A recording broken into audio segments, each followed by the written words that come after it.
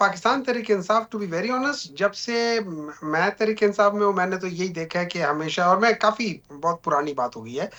लेकिन मैंने हमेशा देखा है कि पाकिस्तान तहरीक-ए-इंसाफ के अंदर ये लड़ाइयाँ चलती रहती हैं। अच्छा। हमेशा जब खान साहब होते थे तब भी लड़ाइयाँ होती थी।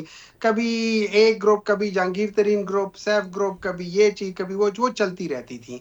उसकी एक बेसिक वजह ये थी कि हम लोगों के अंदर वो जो अब मैं कैसे उसको समझाऊँ एक इलेक्टेबल की सियासत नहीं थी, हम लोग सारे जो थे ना, हम लोग तकरीबन हम पल्ला थे और हर एक समझता था कि हम उस लिहाज से कोई वहाँ पे कोई कीमे वाले नान इस किस्म की चीज़ें नहीं थी, तो हम बेसिकली सब एक-दूसरे के साथ कम्पीट कर रहे थे, तो उस बेसिस पे लड़ाइयाँ-शड़ाइयाँ चढ़ती रहती थी। हुमायूं साहब, अभी मुझे सर मुझे मुझे यकीन करें आपकी बात की समझ नहीं आई सर। ये कीमे वाला नान इलेक्टेबल्स मुझे नहीं समझ आए, थोड़ा सा अगर आप अच्छा, दोबारा से स्टार्ट करें सर। ऐसा है जी। पाकिस्तान तहरीक-ए-इंसाफ में इलेक्टेबल्स की सियासत नहीं है। अच्छा। पाकिस्तान तहरीक-ए-इंसाफ में जो सियासत है वो चूँकि वोट जो है ना वो पार्टी का वोट है, वो इंडिविजुअल्स का वोट नहीं है। ठीक है। तो अगर मैं फ़र्ज़ करें आज जितने भी पाकिस्तान तहरीक-ए-इंसाफ के एमएनएज़ हैं, जितने भी एमपीएज़ हैं, जितने भी सेनेटर्स हैं, इन सबको आज एक दिन आप हटा दें, पार्टी से निकाल दें। ठीक है। और उस दिन आप ऐसे लोगों को कर दें कि जिनको ना आप जानते हो, ना मैं जानता हूँ, ना कोई और जानता है, ना उनके नेबर्स जानते हो ठीक। और उनको पार्टी की आप टिकट दे दें, वो सारे के सारे जीत जाएँगे। Okay. So that is what I meant कि पाकिस्तान तहरीक-ए-इंसाफ इज़ अ ट ट टोटली डिफरेंट पॉलिटिकल जमात। इसके अंदर ये लड़ाइयाँ-शड़ाइयाँ पहले भी थी, आज भी हैं। अच्छा। प्रॉब्लम सिर्फ ये था कि पहले जब इमरान खान साहब बाहर होते थे, तो वो इन लड़ाइयों को देखकर और किसी को सुलह-सफाई करके, किसी का डिसीजन लेके वो कर देते थे। अब वो डिसीजन मेकिंग नहीं हो रही तो इस वजह से ये चीज़ हो रही है और प्लस उसको थोड़ा बहुत आई डोंट नो व्हाई लेकिन बजाय इसके कि हम लोग बलूचिस्तान या हम लोग केपी या हम लोग ये जो पानी के मसले या इन चीज़ों को छोड़ के हम लोग पीटीआई के अंदर की लड़ाई को लेकर बैठ गए हैं और हर एक आदमी जो है ना वो पिछले 10 दिन से पीटीआई की लड़ाई की बातें कर रहा है। हालाँकि दैट मेक्स नो मतलब to be very honest it's not an issue at all.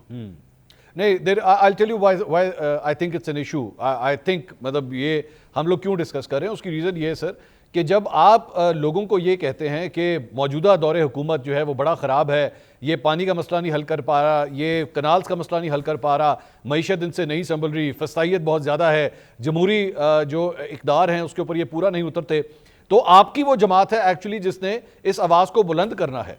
आपकी वो जमात है जो आप खुद ये कहते हैं कि सबसे पॉपुलर है और लोगों को आपने बाहर निकालना है। तो जब आपकी जमात का ये हाल है तो फिर बंदा फिर यही कहेगा भी ठीक है, जो सिस्टम चल रहा है फिर चलता रहे। इस वजह से ये आपका या आपकी जमात के जो देखिए अंदरूनी इख्तलाफात है वो ज्यादा डिस्कस हो रहे हैं। देखिए, आप बिल्कुल सही कहते हैं कि इसमें हमारे अंदरूनी देखिए उसकी वजह से ये छोटा-मोटा मसला आ सकता है, लेकिन स्टिल मेरा नहीं ख्याल कि इसकी वजह से कोई फ़र्क पड़ेगा। देखिए, अच्छा। एक और चीज़ बात है मैं ये समझता हूँ कि अब ये जो एक और इसकी वजह भी हो रही है वो ये है कि इमरान खान के साथ मुलाकातें नहीं करवाई जाती।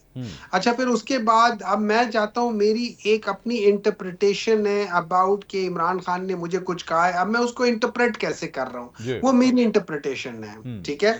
मैं एग्ज़ाम्पल एक इश्यू होता है जिसमें आप हो गए, हसन साहब हो गए, आपने मरियम साहिबा से जिस लिहाज से सवालात किए थे वो आपकी इंटरप्रिटेशन थी ऑफ क्वेश्चंस कि भाई ये इस क्वेश्चन का आंसर क्या होना चाहिए। ठीक है। कोई और होता तो वो उसका वो ना करता, वो कहता है बल्ले बल्ले ये तो आपने बड़ा जबरदस्त किया, ये गाड़ी भी आपकी, वो चीज भी आपकी। So it is the interpretation, it is the understanding of the problem, ठीक ओके। है?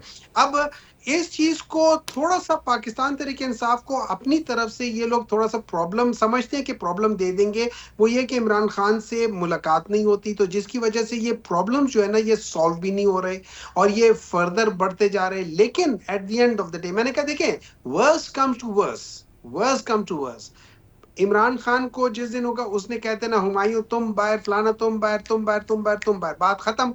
उसके बाद जो नेक्स्ट आ जाएंगे जैसे 2018 के इलेक्शन से पहले कभी कोई किसी पॉलिटिकल पार्टी के लीडर ने कोई 25-30 लोगों को एक ही दिन में फारग कर दिया just because he had reason to believe कि इन लोगों ने किसी वोट देने में कोई हॉर्स ट्रेडिंग में हिस्सा लिया है। ठीक है। इतना बड़ा डिसीजन कभी तो कोई यानी नहीं लेते।